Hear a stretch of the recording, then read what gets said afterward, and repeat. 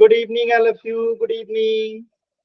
तो जैसा कि आप सभी बच्चों को पता है कि लास्ट क्लास में हमने जो है 10th क्लास का चैप्टर 2 जो है स्टार्ट किया था, पोलिनोमियल बहुपद को। और इसमें हमने कई सारी चीजों को पढ़ा था, जिसमें हमने पढ़ा था कि बीजीय व्यंजक एल्जेब्रिक एक्सप्रेशन क्या होता है। तो मैं एक बार दोबारा से आपको रिवाइज करा देता हूँ।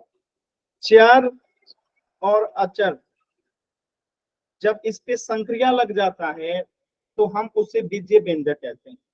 यानी कि इस पे जोड़, घटाव, गुणा, भाग, यानी कि जब चर और अचर पे क्या लग जाए, संक्रिया लग जाए, तो जो व्यंजक बनता है उसे हम बीजीय व्यंजक कहते हैं। ठीक है, यानी चर और अचर पे जब भी संक्रिया लगेगी, यानी कम से कम एक चर और कम से कम एक अचर होना चाहिए, तो उसे हम बीजीय व्यंजक कहते हैं। बस में तो ये हमने बीजीय व्यंजक क्या होता है उसे पहचानना जो है लास्ट क्लास में सीखा था। तो इसी पे आधारित एक छोटा सा सवाल है आपके सामने, सभी बच्चे इसे सॉल्व करेंगे। ठीक है, लास्ट क्लास में हमने जो है इसे सीखा। देखिए, एक छोटा सा सवाल है कि इनमें से कौन सा बीजीय व्यंजक नहीं है। यहाँ पे 4 ऑप्शन है, आपको बताना है कि इन 4 में से कौन सा बीजीय व्यंजक नहीं है। ये हमने लास्ट क्लास में पढ़ा था। चलिए, सभी बच्चे पोल सेक्शन में जाएंगे और इस प्रश्न का आंसर करेंगे। इन 4 विकल्प में से कौन सा एक जो है बीजीय व्यंजक नहीं है। पोल सेक्शन में आंसर करना। इन 4 विकल्प में से कौन सा एक जो है बीजीय व्यंजक नहीं है।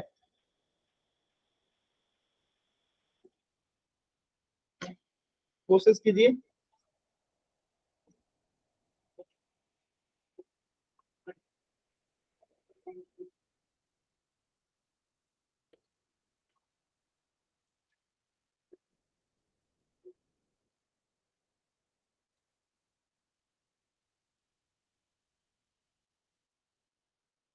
कौन सा बीजीय व्यंजक नहीं है। एकदम सही जवाब आया है सभी बच्चों का, वेरी गुड।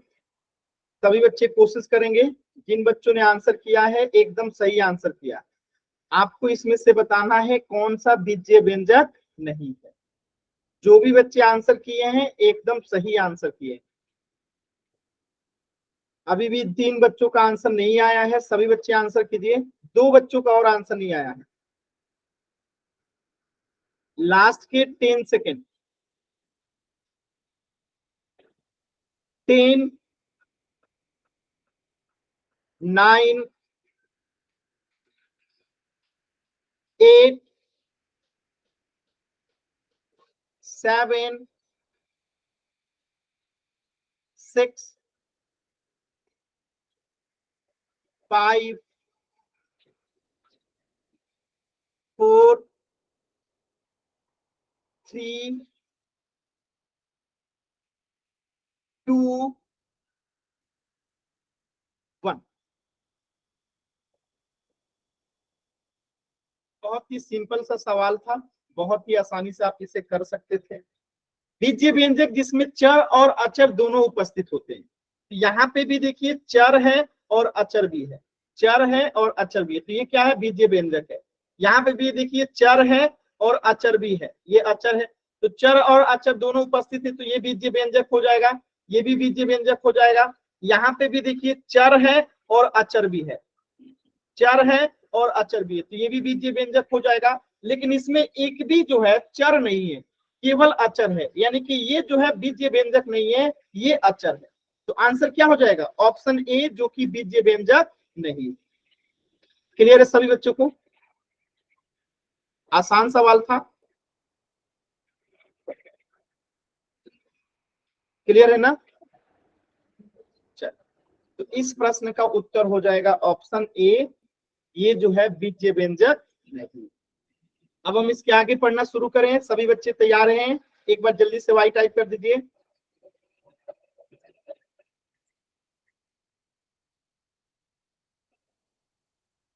स्टार्ट करें ना। चल,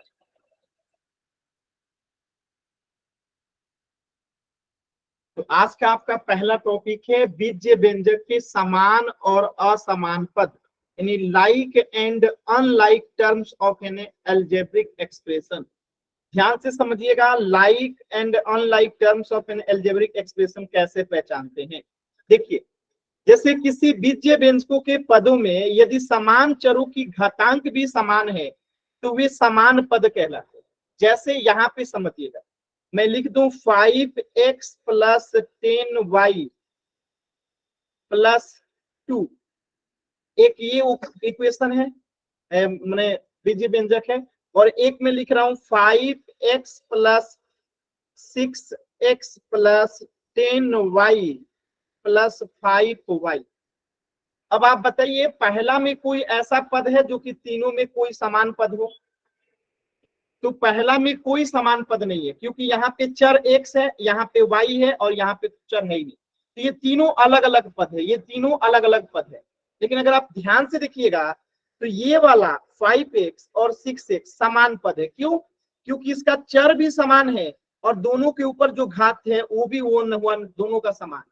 ऐसे ही आप दूसरा में देखिएगा तो 10y और 5y क्या है? समान पद है, क्योंकि इसमें चर भी y दोनों में है और दोनों का घात भी समान है, तो इसलिए ये दोनों समान पद है और ये दोनों समान पद है। यहाँ पे 5x और 6x कितना हो जाएगा? 11x हो जाएगा, प्लस 10y और 5y कितना हो जाएगा? 15y हो जाएगा। बात समझ में आया? तो समान चर और समान घात होता है तो उसे समान पद कहते हैं, यानी चर और घात दोनों समान होना चाहिए। ठीक है, कुछ और एग्जाम्पल देखते हैं। जैसे यहाँ पे देखिए 7y स्क्वायर और 7y स्क्वायर, तो यहाँ पे घात जो है क्या है? दोनों का 2 है, ये भी 2 है और ये भी 2 है, समान घातांक है। और समान चर, यहाँ पे भी y चर है और यहाँ पे भी y चर है, तो दोनों का समान चर है और दोनों का समान घात है, तो ये क्या कहलाएगा? समान पद कहलाएगा, कि दोनों समान पद है। ठीक है, बात समझ में आया? जैसे यहाँ पे बताइएगा 2x स्क्वायर और 6x क्यूब, क्या ये समान पद है? आप लोग बताइए, क्या ये समान पद है? यस और नो? क्या ये समान पद है? यस और नो? 2x स्क्वायर और 6x क्यूब, क्या ये समान पद है? यस और नो?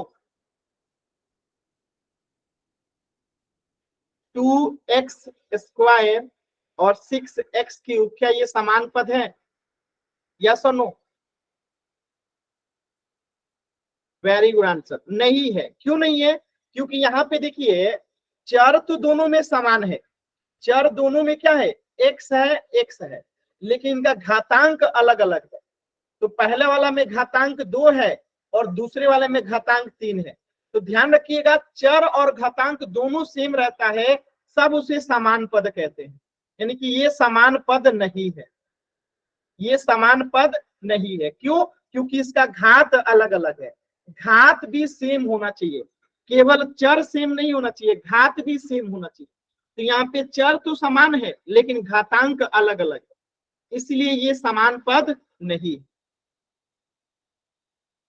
ऐसे तीसरा बताइए, तो ये असमान पद हो जाएगा, जब समान पद नहीं है तो असमान हो जाएगा। चलिए तीसरा क्वेश्चन बताइए कि क्या ये समान पद है? यस और नो? क्या ये समान पद है? यस और नो?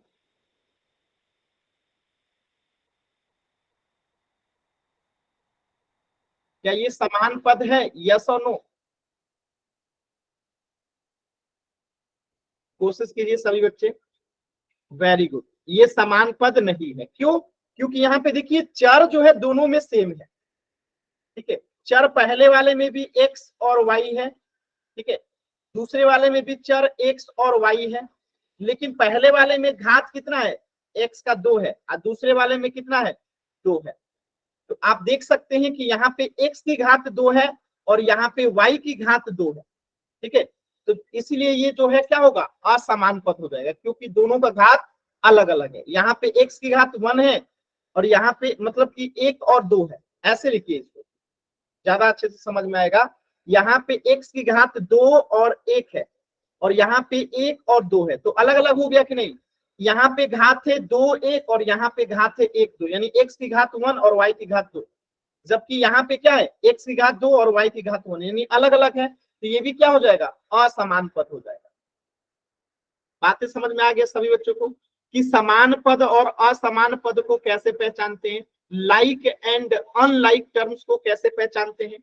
किसी भी बच्चे को डाउट है तो बताइएगा, किसी भी बच्चे को डाउट है तो एन टाइप करके बताएंगे। क्लियर है सभी बच्चों को? अब देखिए ध्यान से, थोड़ा सा आगे बढ़ते हैं। अब यहाँ पे एक बीजीय व्यंजक लिखा गया है, x cube minus 2xy plus 5x³ plus 9y(x). इसमें से आपको समान पद को पहचानना है कि कौन कौन सा समान पद है। तो समान पद को पहचानने की तरीका क्या है? समान पद को पहचानने का तरीका क्या है कि समान चर हो और समान घात हो। ठीक है, उसी को हम समान पद कहेंगे। तो देखिए किसमें समान चर भी है और समान घात भी है। देखिए ध्यान से,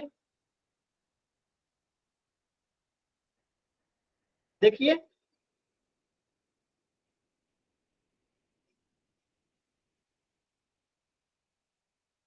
कमेंट करके बताइए। जो भी आंसर बताना चाहते हैं अपना नाम लिख दीजिए चैट सेक्शन में, आप माइक ऑन करके बता सकते हैं। जो भी बच्चे आंसर बताना चाहते हैं चैट सेक्शन में अपना नाम लिख दीजिए, आप माइक ऑन करके बता सकते हैं।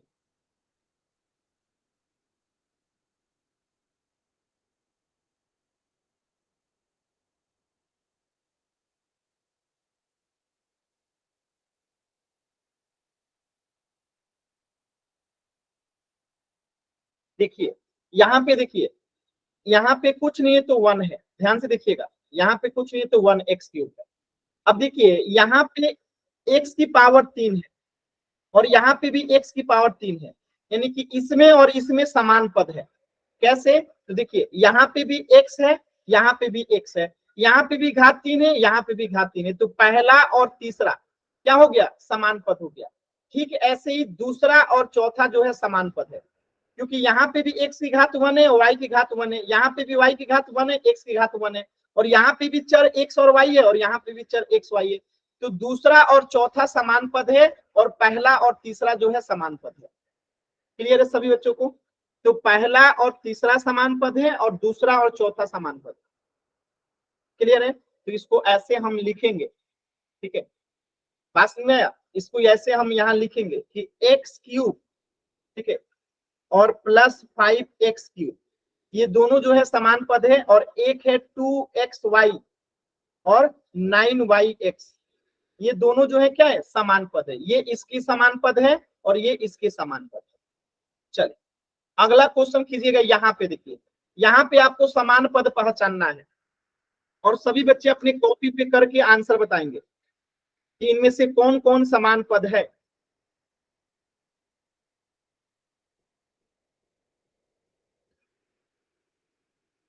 सभी बच्चे सॉल्व करके कॉपी पे अपना आंसर दिखाएंगे कैमरा ऑन करके। इनमें से कौन कौन जो है समान पद है?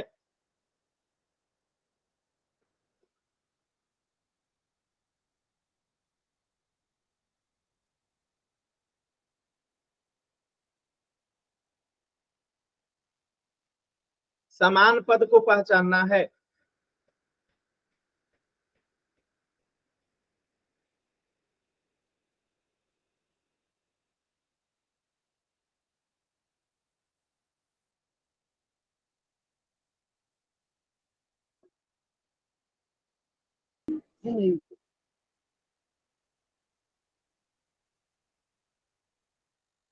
जिनका हो गया कैमरा ऑन करके दिखा सकते हैं। जिनका सॉल्व हो गया कौन कौन समान पद होगा कैमरा ऑन करके दिखा सकते हैं।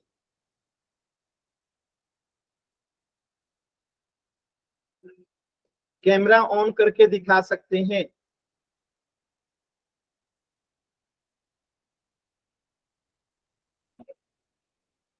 चल समझिएगा, तो समान पद का मतलब क्या है?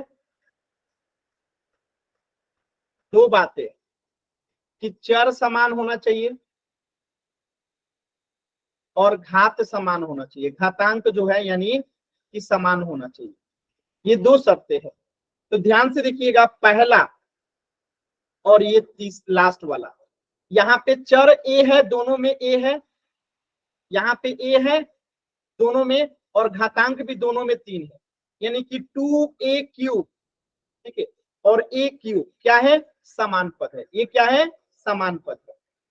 आगे देखिए, अब कौन कौन सा समान पद है, एकदम ध्यान से देखिएगा। देखिए यहाँ पे देखिए 3a² और 2ba²। तो यहाँ पे अगर आप ध्यान से देखिएगा तो यहाँ पे चर जो है क्या है, a और b है, a और b है इसमें, ठीक है, a और b है, और a का घात 2 है, a का घात 2 है दोनों में, और b का घात दोनों में 1 है, ठीक है, यानी कि दोनों में यहाँ पे a² है, यहाँ पे भी a² है, यहाँ पे b का पावर 1 है, यहाँ पे भी b का पावर 1 है, यानी कि ये हो जाएगा -3a² b और 2ba², एक समान पद हो गया, ये दोनों समान पद हो गया।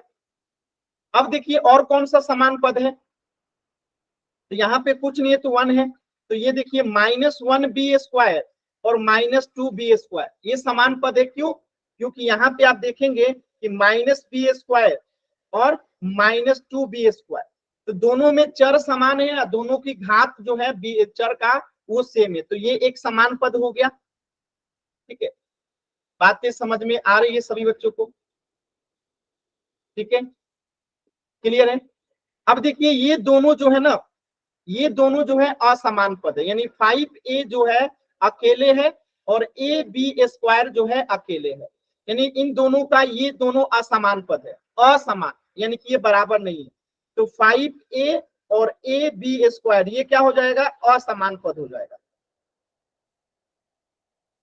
और ये दोनों समान पद हो जाएगा, और ये दोनों भी समान पद हो जाएगा, और ये दोनों भी समान पद हो जाएगा। बातें समझ में आ रही है सभी बच्चों को, क्या आप सभी बच्चों को समझ में आ रहा है बातें कि असमान पद को कैसे पहचानते हैं, समान पद को कैसे पहचानते हैं, और असमान पद को कैसे पहचानते हैं। क्लियर है, तो एक बार जल्दी से वाई टाइप कर दीजिए सभी बच्चे, जल्दी से। आसान था, आसान था ना।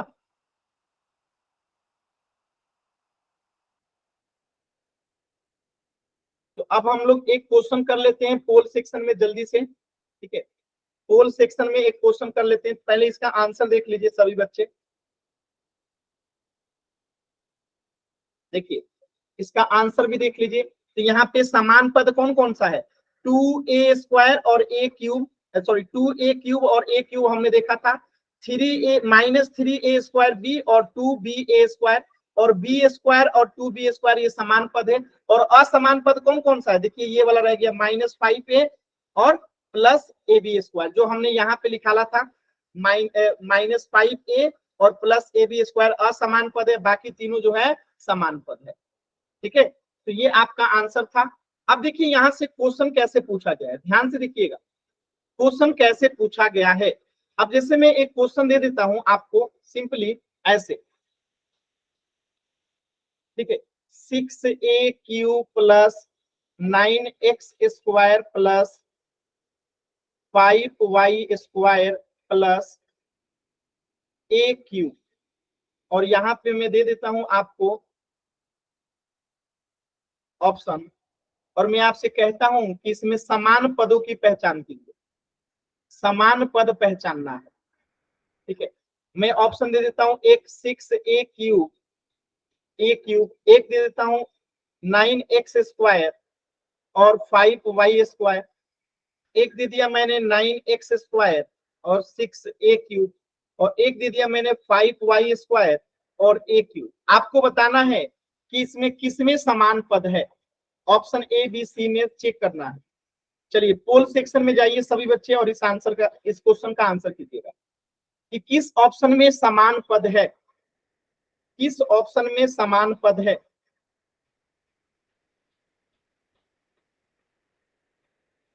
किस ऑप्शन में समान पद है आपको पहचानना है। समान पद का मतलब है कि चर भी समान हो और घात भी समान हो।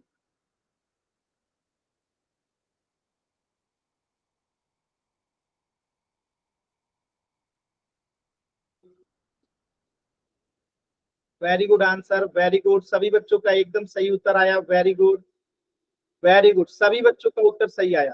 विजय आप बार बार हाथ का बटन ना दबाइए, विजय नाम से जो बच्चा है हाथ का बटन बार बार नहीं दबाइए। सभी बच्चे पोल सेक्शन में आंसर कीजिए, वेरी गुड, एकदम सही उत्तर आया है, सभी बच्चे कोशिश करेंगे, वेरी गुड, एकदम सही उत्तर आ रहा है, वेरी गुड, सभी बच्चे कोशिश कीजिए।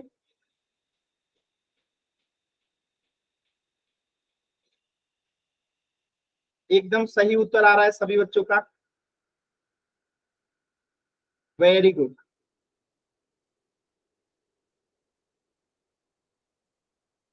लास्ट के 10 सेकेंड, एक भी बच्चे का उत्तर गलत नहीं है, 3 बच्चों का उत्तर नहीं आया।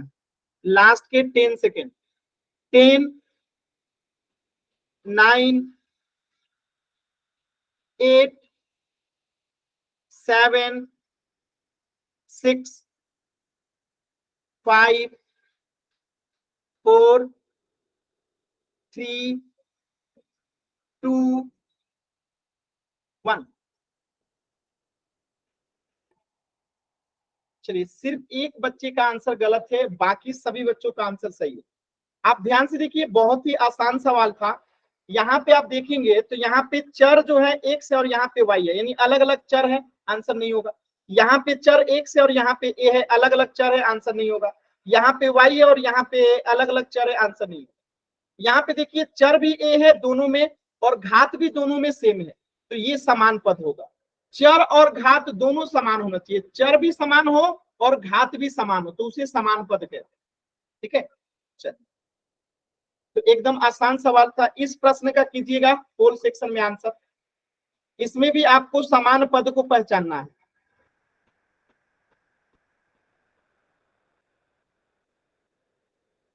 ठीक है, आराम से कीजिएगा, समान पद को पहचानना है इसमें भी।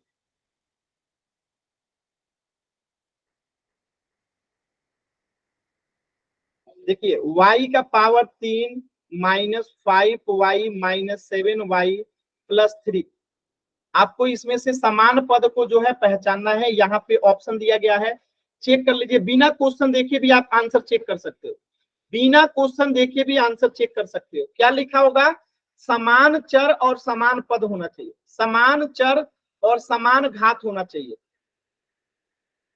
तो वो आंसर हो जाएगा। जिसमें समान चर और क्या होगा, समान घात होगा, वही आंसर होगा। कोशिश कीजिए, समान चर और समान घात होना चाहिए, यानी चर भी सेम होना चाहिए, घात भी सेम होना चाहिए, बराबर होना चाहिए।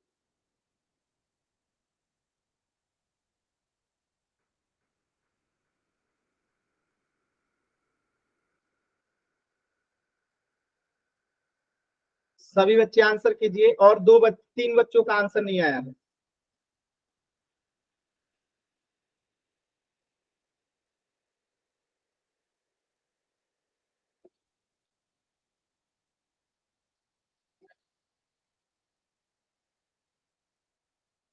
लास्ट के 10 सेकेंड,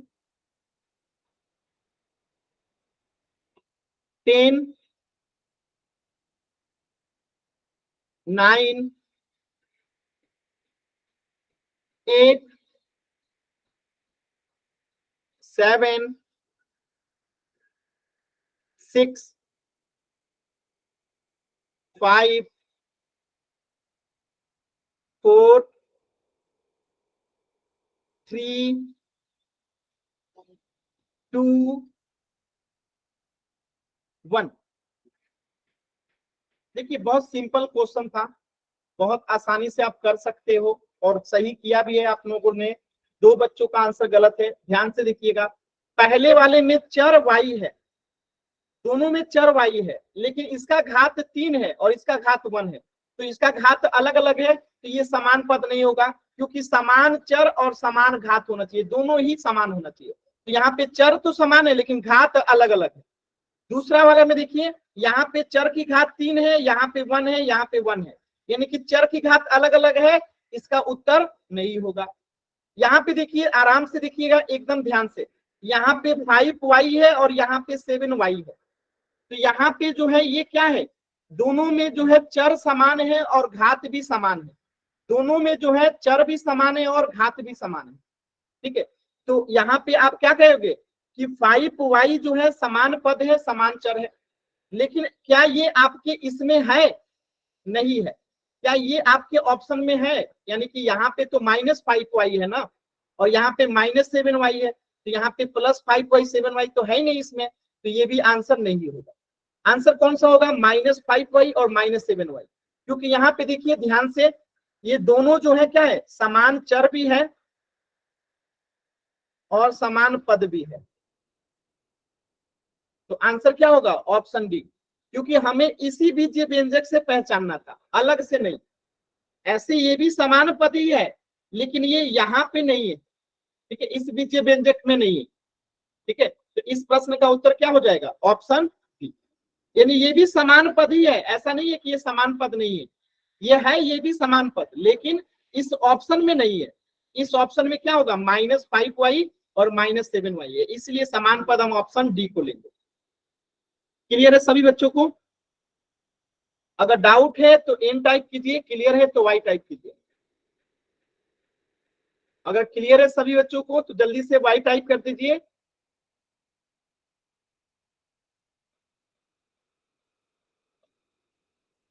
ठीक है, चलिए अब एक सवाल का आंसर कर दीजिएगा सभी बच्चे। अब अगर मैं इसी क्वेश्चन में अगर ऐसे कर दूं,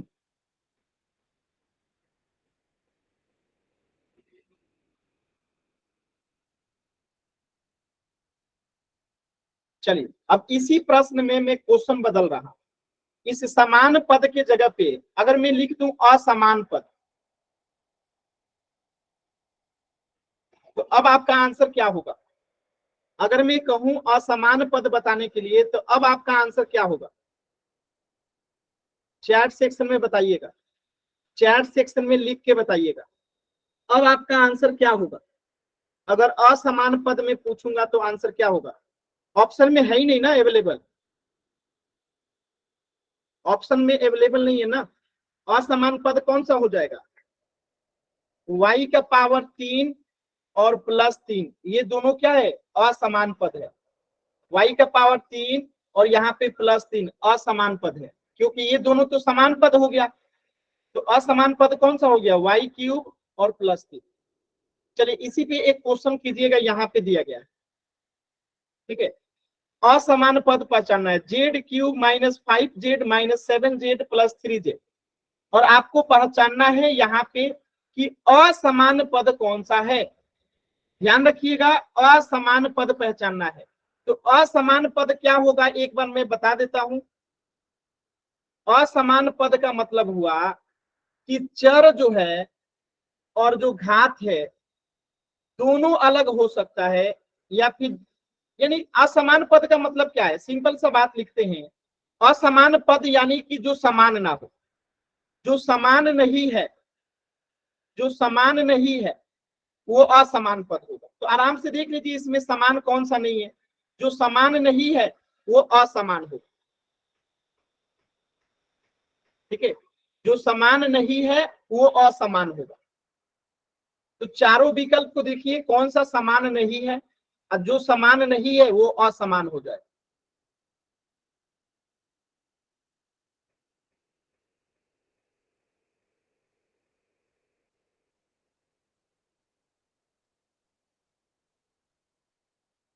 जो समान नहीं होगा वो असमान हो जाएगा, जो समान नहीं होगा वो असमान हो जाएगा, जो समान नहीं होगा वो असमान हो जाएगा। ध्यान से देखिएगा, जो समान नहीं होगा वो असमान हो जाएगा।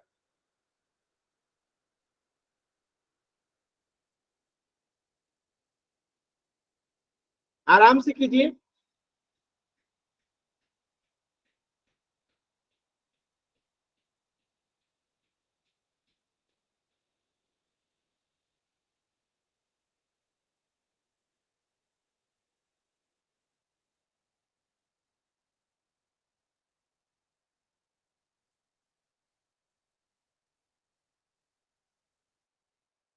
लास्ट के 20 सेकेंड सभी बच्चे आंसर करेंगे।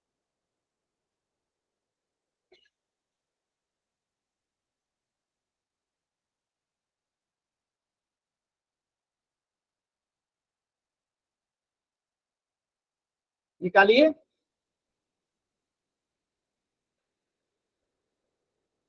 सिक्स का भी तो करेंगे, ध्यान से देखिए, सिक्स का भी तो अभाज्य गुणनखंड होगा। सिक्स को दो से लेके जाएंगे, दो तिहाई छह और तीन एकम तीन, यानी सिक्स का भी तो अभाज्य गुणनखंड होगा। दो गुने तीन, प्लस है तो प्लस, फाइव का तो फाइव ही रहेगा, एक्स का एक्स ही रहेगा, ठीक है, और वाई का वाई रहेगा।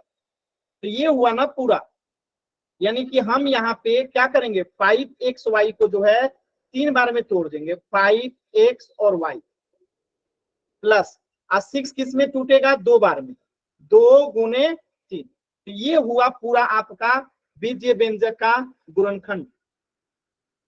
अभी समझ में आया सभी बच्चों को?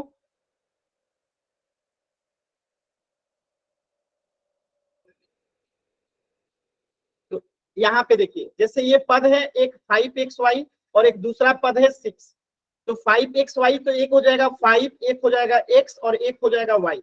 आज सिक्स का हम निकालेंगे तो यहाँ पे क्या आएगा, दो तिहाई छह और तीन एकम तीन, यानी कि एक हो गया दो और एक हो गया तीन।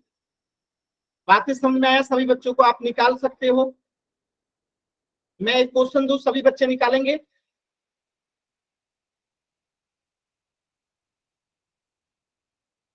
चलो एक क्वेश्चन देता हूं, सभी बच्चे कोशिश कीजिए। जैसे यहाँ पे ये क्वेश्चन लिखा गया है,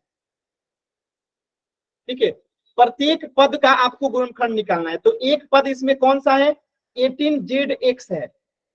एक पद कौन सा है, 5y² है। एक पद कौन सा है आपका, -xyz है, और ये प्लस है। और एक पद कितना है, +21 है। ये कितने पद हैं इसमें, टोटल चार पद हैं। अब आपको पहले पद का गुणनखंड बताना है कि क्या होगा। 18z का जो है गुणनखंड आप लोग बताइए क्या होगा सभी बच्चे। 18z का गुणनखंड बताइए, फैक्टर क्या होगा। तो पहले तो हम 18 का गुणनखंड निकाल लेंगे, दो से जाएगा, दो नवा 18। अब ये दो से नहीं जाएगा, तीन से ले जाएंगे, तीन त्रिका 9 और तीन एकम तीन। तो हमने 18 का गुणनखंड निकाल लिया, दो गुने तीन। अब बाकी जेड और एक्स का गुणनखंड निकाल लीजिए, आंसर आ जाएगा। निकालिए सभी बच्चे।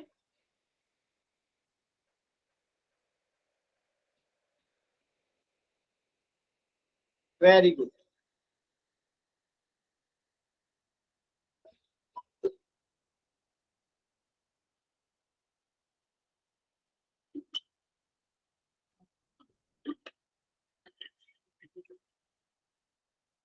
यहाँ पे क्या हो जाएगा, 18 का हो गया गुने तीन, और जेड का तो जेड ही होगा और एक्स का तो एक्स ही होगा। तो ये पहले का उत्तर हो गया। चलिए दूसरे का सभी बच्चे बताइए, 5y² का। तो फाइव का तो फाइव ही हो जाएगा, और y² है यानी कि y गुने वाई। और तीसरे का बताइए सभी बच्चे, -x है, तो -x गुने y है तो y गुने z है तो z। ऐसे ही 21 है तो 21 का निकाल लीजिए। 21 किससे जाएगा, दो से तो जाएगा नहीं, तीन से जाएगा, तीन सत्ते 21 और ये सात एकम सात। तो 21 का क्या हो जाएगा, 3 गुने 7। आप प्लस है तो प्लस ही में रहेगा। बताइए सभी बच्चे निकाल पा रहे हैं कैसे करना है?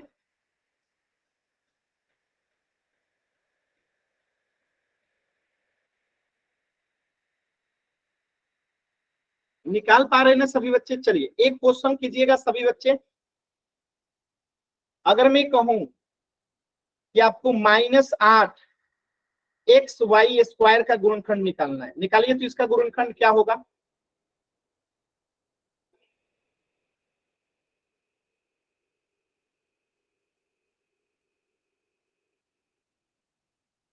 चलिए मैं ऑप्शन भी दे देता हूं।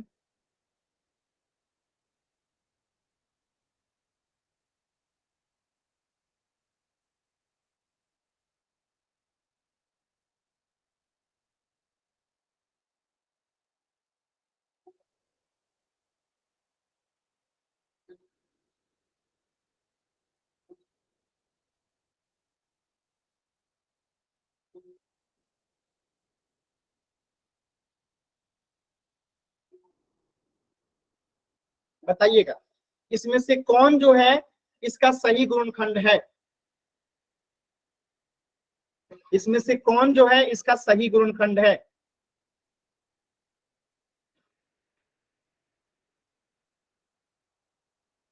Very good answer. Option A जो है इसका सही गुणनखंड है, क्योंकि हम 8 का निकालेंगे गुणनखंड तो क्या आएगा, 2 चौका 8 और 4 का जाएगा फिर से 2 दूनी 4 और 2 एकम 2। बात समझ में? तो ये भी गलत है। यहाँ पे 4 की जगह पे हम क्या लिखेंगे, यहाँ पे 4 की जगह पे हम क्या लिखेंगे, 2 गुने 2 लिखेंगे। तो ये मैंने जल्दी में 4 लिख दिया था। ठीक है, ये होगा इसका सही जवाब। ठीक है, तो ये होगा इसका सही जवाब। अब माइनस है तो माइनस लगा देंगे, तो माइनस 2 गुने 2 गुने 2 गुने एक्स गुने वाई गुने वाई। अब बाकी ये क्यों नहीं होगा आप लोग को समझ में आ गया होगा, क्योंकि यहाँ माइनस नहीं है, यहाँ पे 4 है। ठीक है, तो ये दोनों तीनों नहीं होगा, केवल ऑप्शन ए होगा। ठीक है, चलो इसका गुणनखंड कीजिए, -6m³ का, -6m³ का गुणनखंड निकालना है।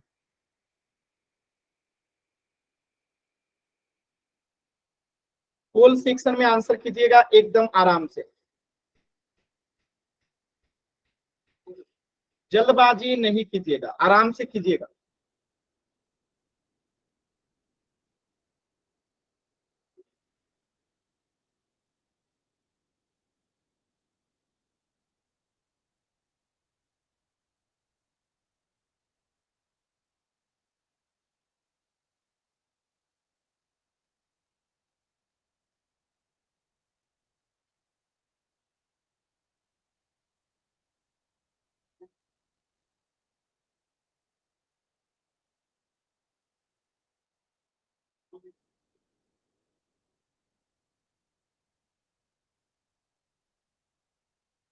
सभी बच्चे कीजिए एकदम आराम से। Very good. दो बच्चों के गलत उत्तर हैं, बाकी सभी के सही हैं। सभी बच्चे कोशिश कीजिए।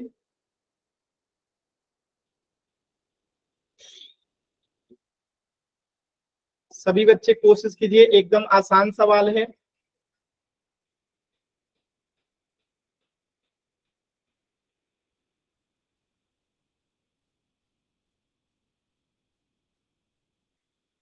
लास्ट के 10 सेकेंड एक बच्चे का उत्तर नहीं आया है। 10, 9, 8, 7, 6, 5, 4, 3, 2, 1।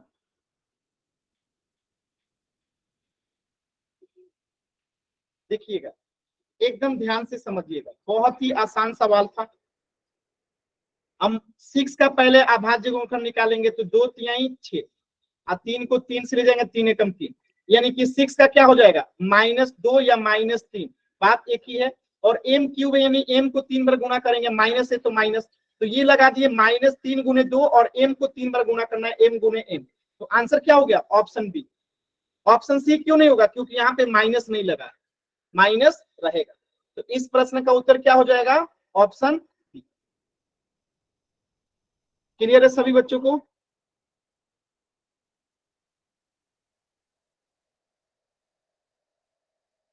अगला प्रश्न करें। क्वेश्चन नंबर 10 कीजिएगा, एकदम आराम से कीजिए, जल्दबाजी मत कीजिएगा। 5ab c², इसका क्या करना है, गुणनखंड निकालना है। तो ये तो एकदम आसान है। देखिएगा c का स्क्वायर है, यानी कि c को 2 बार गुणा करना रहेगा। आराम से कीजिए, जल्दबाजी मत कीजिए।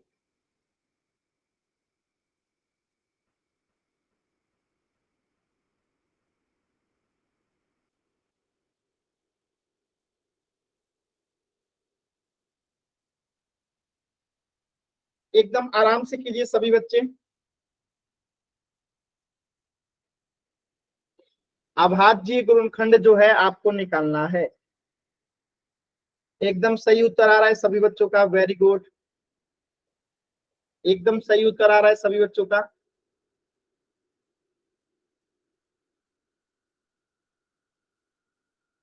सभी बच्चे कोशिश कीजिए।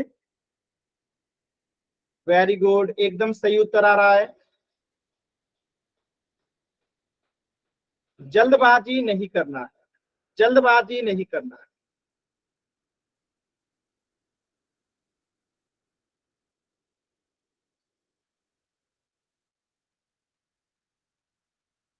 और 2 बच्चों के उत्तर नहीं आए हैं।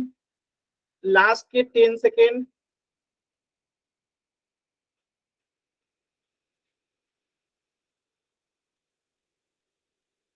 10, 9,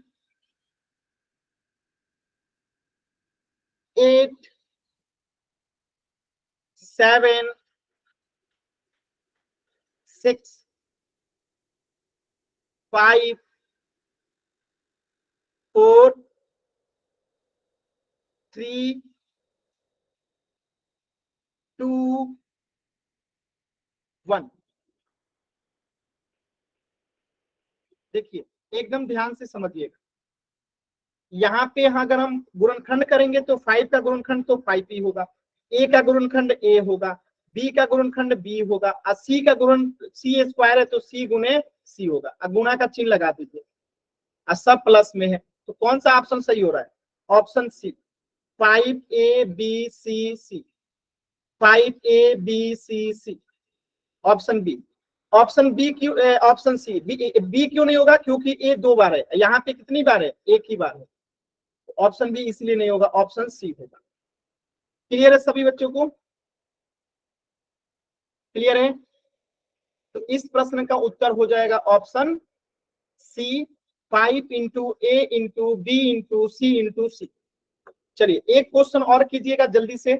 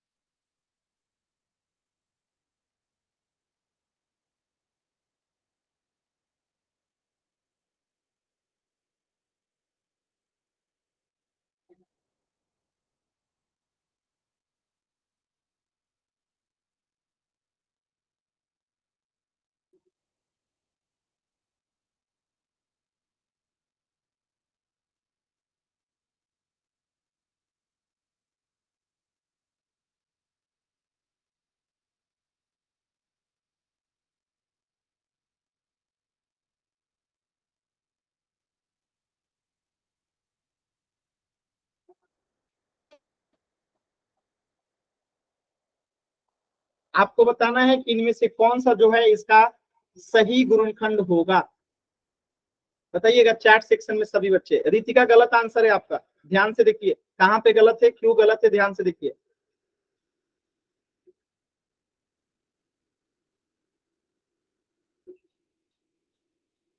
very good answer, very good. तो एकदम सही आंसर है आप सभी बच्चों का कि इसमें जो है हम 15 को क्या लिख देंगे? 5 गुणे 3। ए स्क्वायर है तो ए गुणे ए, बी है तो बी, प्लस है तो प्लस। 10 को क्या लिख देंगे? 2 गुणे 5। बी स्क्वायर है तो बी गुणे बी, और ए है तो ए। ऑप्शन बी जो है सही है। ठीक है, तो आज की क्लास में इतना ही। कुछ भी डाउट है तो जल्दी से पूछ लीजिए, इसके आगे नेक्स्ट क्लास में पढ़ेंगे।